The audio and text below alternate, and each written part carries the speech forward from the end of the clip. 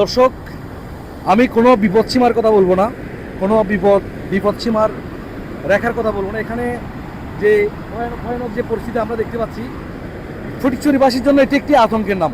এখানে যারা এই লোকেশনে, এই উপজেলায় যারা বসবাস করে, তারা কিন্তু জানে এটি কত বড় ভয়ানক সুন্দর।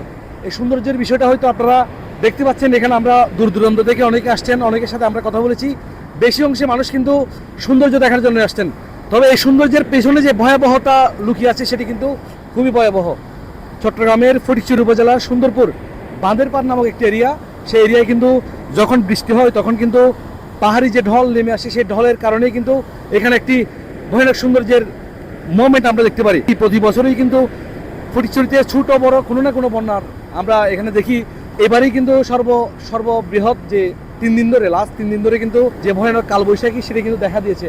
তবে আমি যে এই তথ্যটা আপনাদের জানিয়ে রাখবো, ফটিকছড়ির ইতিহাসের সবচেয়ে ভয়াবহ এবং স্মরণকালের ভয়াবহ বন্যা আঘাত হানে অগস্ট 2024 সালে, যার ফলে প্রায় 2 লাখ মানুষ পানিবন্দী হয়ে পড়ে। উপজেলার প্রশাসনের তথ্যমতে 476 কোটি টাকার ক্ষয়ক্ষতি সাধিত হয়েছিল।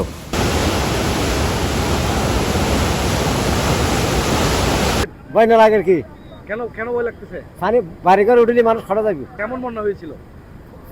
এটা পর্যন্ত পানি উঠছি, এখানে এই পারে? এখানে পর্যন্ত উঠছি।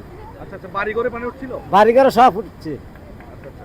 গরু ছাগল সব বাইরে চলে গেছে।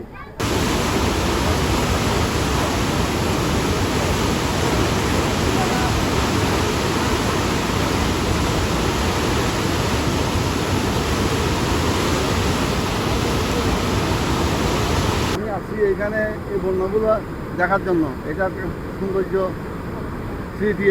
এটা কি শুধু সৌন্দর্য নাকি ভয়ানক সৌন্দর্য? ভয়ানক ভয়ানক, অনেক তাড়াতাড়ি নিয়ে যাচ্ছে। এখানে এক সময় নিয়ে গেছে, আজকে তো পানি অনেক কম, কিন্তু আরো অনেক সময় অনেক বেশি ছিল পানি। আমরা আপনার জীবদ্দশায় আপনি কতবার বন্যা দেখেছেন? আমি 10-12 বার দেখছি এ পর্যন্ত, 10-15 বার দেখছি বন্যা। ফটিকছড়ির মানুষের ঘর বাড়ি অনেক সময় নিয়ে নিচ্ছে, অনেক সময় নিয়ে নিচ্ছে। আচ্ছা আচ্ছা। এখানে তো অনেক বাড়ি ঘরে এক সিনেমার উঠে, পানি উঠে এখানে। এখানে দূর দূরান্ত থেকে অনেকে আসছেন যে সৌন্দর্য উপভোগ করার জন্য। তবে ফটিকছড়িবাসীর জন্য এটি কিন্তু খুবই একটি ভয়াবহ চিত্র। ফটিকছড়িতে প্রতি বছরই কিন্তু ছোট বড় বন্যা হয়ে থাকে। আমরা চাইবো যে এই ধরনের কোনো ভয়ানক পরিস্থিতি যাতে ফটিকছড়িবাসী না পড়ে। ধন্যবাদ সবাইকে।